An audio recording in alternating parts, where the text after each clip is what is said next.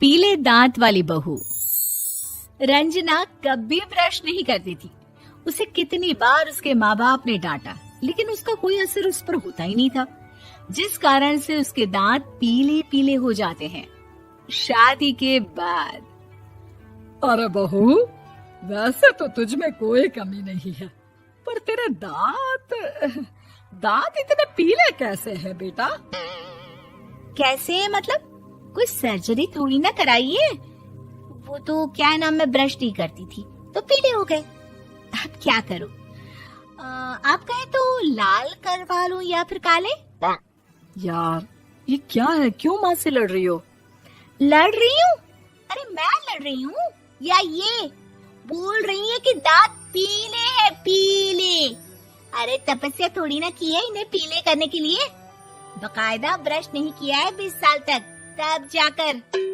छी, कैसी बात कर रही हो? ये उस वक्त तो पीले नहीं थे जब हम लोग तुम्हें देखने आए थे। अरे तब साफ करवा लिया होगा डेंटिस्ट के पास जाकर। अब देखो कैसे पीले पीले लग रहे हैं। रंजना सास की तरफ गुस्से से देखती है। फिर शुरू हो गई पीले पीले पीले।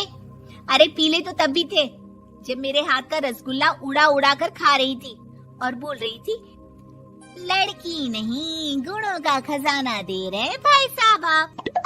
खैर, अब वो लोग करते भी तो क्या करते, पीले दांत वाली बहू पल्ले पड़ी थी तो झेलना तो था ही। एक दिन कीर्तन में रंजना गाना गा रही थी। अरे कमला बहन, माँ का द्वार है, यहाँ तो सब शुद्ध होकर आते हैं, फिर अपनी बहू को ब्रश भी नहीं करवाती तुम। दूर से पीले पीले दांत भक्ति में बाधा उत्पन्न कर रहे हैं। अरे कोई 2 साल के बच्चे थोड़ी ना लेकर आई हूँ मैं बहू बनाकर। अच्छी खासी लड़की है, अरे कैसे करवाऊं ब्रश? ये तो उसे खुद करना चाहिए ना। अब माँ बाप तो इसके जैसे तैसे निपटा दिए, ये नहीं सोचा कि सास कैसे संभालेगी। सास बहू को लेकर घर आ जाती है, लेकिन सोच लेती है कि अब इसे लेकर कहीं नहीं जाएगी।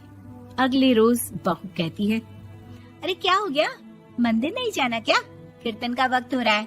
मेरी मधुर वाणी से कान्हा जी जागते हैं और सोते हैं।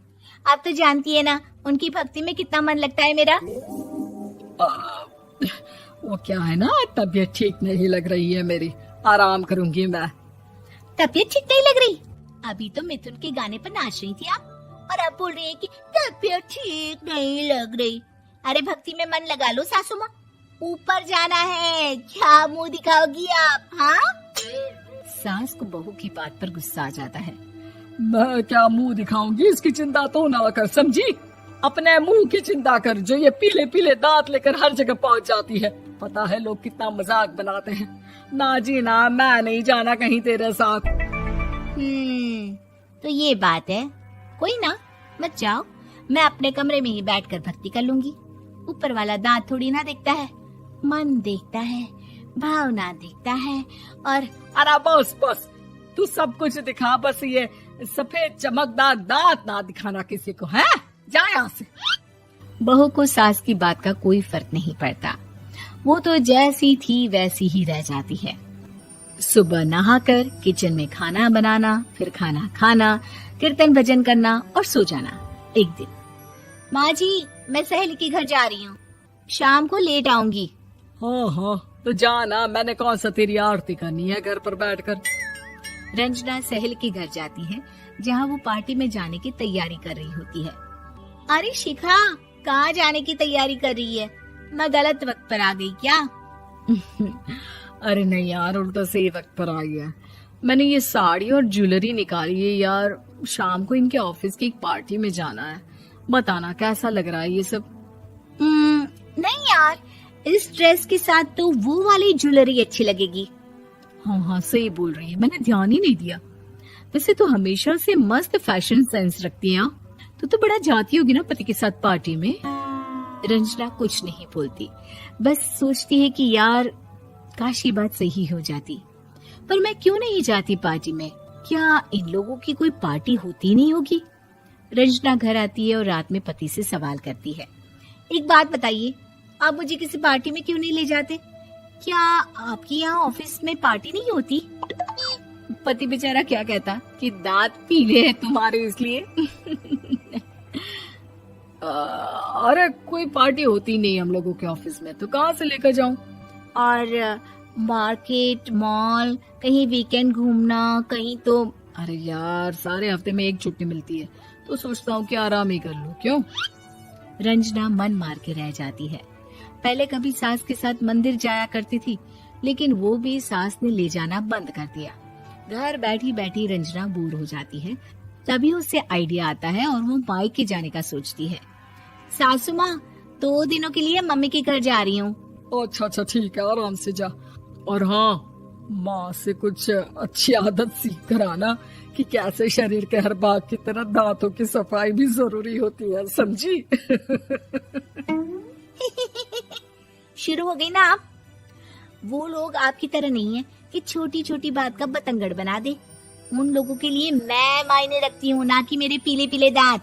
रंजना माँ को बिना बताए उन लोगों को सरप्राइज देती है, लेकिन जैसे ही वो दरवाजे पर पहुँचती है, अंदर देखती है कि घर वाले कहीं जा रहे होते हैं। अब माँ, काश रंजना दीदी के दांतों वाली प्रॉब्लम नहीं होती, तो वो भी हम लोगों के साथ चलती ना बुआ जी की बेटी की शादी में। हाँ बेटा, लेकिन अब उसे कौन समझाए कि उसको उसके पीले दांत नहीं दिखते, लेकिन उसके आसपास के लोगों को कितना एम्बैरेसिंग फील कराते हैं।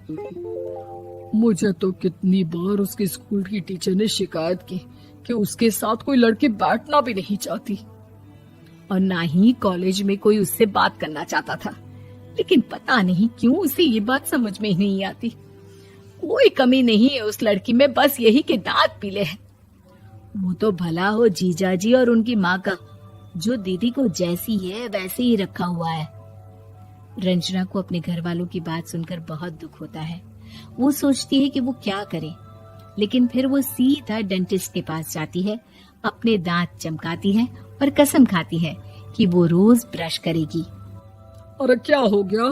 तुम तो 2 दिनों के लिए गई थी ना, पर कोई ना, अच्छा है, चलो आ गई तो। रंजना सास के सामने आकर खड़ी हो जाती है और पूरी स्माइल करती है, उसके चमकदार दांतों को दिखाती हुई। है? चले मंदिर?